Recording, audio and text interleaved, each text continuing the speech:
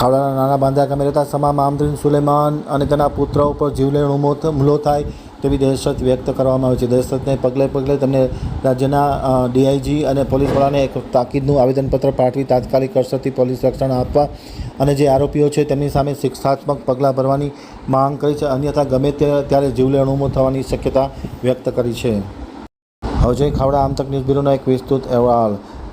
ખાવડા તાલુકાના નાના બાંધા ગામે રહેતા સમા મામદ્રીન સુલેમાને આજે રાજ્યના આઈજીપી અને પોલીસવાળાને એક આવેદનપત્ર પાઠવી તાત્કાલિક અસરથી તેમને રક્ષણ આપવાની માગણી કરી છે. અન્યથા આરોપીઓ જેના નામ અરજીમાં લખવામાં આવે છે તે તમામ લોકો તેમની અને તેમના પુત્રની હત્યા કરી નાખે તેવી દહેશત પણ વ્યક્ત કરવામાં આવી છે. ખાસ કરીને તેમને પાઠવેલ આવેદનપત્રમાં સ્પષ્ટપણે જણાવવામાં આવ્યું હતું કે ફરિયાદનું મનદુખ રાખી વારંવાર હેરાન પરેશાન કરી મારકૂટ કરતા હોય ગુનાહિત માનસ ધરાવતા ઈસમો સામે તટસ્થ અને નિર્દોષ અધિકારીઓને તપાસ સોંપી કાયદેસરની કાર્યવાહી કરવામાં આવે તેવી માંગ કરવામાં આવી હતી. આશરે 1.5 વર્ષ પહેલાં અમારા ગામના હારૂન અબડાસામાં રહેવાસી પૈયા ખાવડા તાલુકો ભુજ કચ્છવાળાઓ કે જે અમારી પુત્રવધૂને પરેશાન કરતો હોય અમારા પુત્રવધૂએ ખાવડા પોલીસ સ્ટેશનમાં તેમની સામે ફરિયાદ દાખલ કરી હતી. જે અનુસંધાને હાલ હારૂન અબડાસામાં કે જેલમાં છે અને અમારો કેસ કોર્ટમાં ચાલી ગયો, નિકાલ થઈ ગયો છે.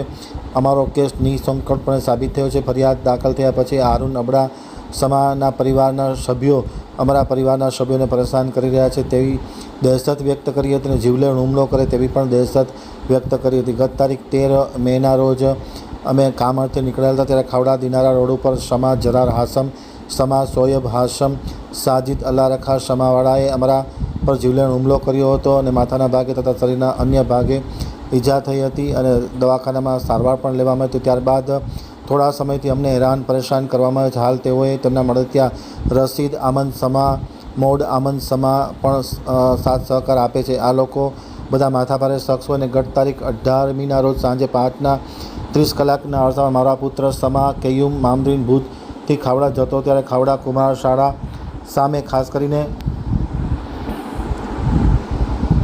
રસ્તા પર રશીદ આમદ સમા, મૌડ આમદ સમા ઊભા હતા અને મારા પુત્રને પાસે બોલાવી અને કહેલ સમા જરાર હાશમ, સમા સોયબ હાશમ, સાજિદ અલ્લા રખા સમા સાથે સમાધાન કરી લો. હવે પછી કોઈ પણ જાતના કેસ કબાડા કરશો નહીં. ટૂંકમાં આખો પરિવાર ગામ મૂકીને જતા રહો નહીંતર જાનથી મારી નાખશું તેવી ધમકી આપવામાં આવતા મારો પુત્ર ગભરાઈ ગયેલ છે અને ગમે ત્યારે જીવલેણ હુમલો કરે તેવી દહેશત પણ વ્યક્ત કરવામાં આવી છે. સમગ્ર ઘટનાને લઈને મારા પુત્ર ભુજ ખાતે નોકરી કરતા હોય મોડી રાત્રે ઘરે આવે છે. દરમિયાન આ ઉપરોક્ત શખ્સો ગમે ત્યારે તેના ઉપર જીવલેણ હુમલો કરે તેવી દહેશત વ્યક્ત કરવામાં આવી છે.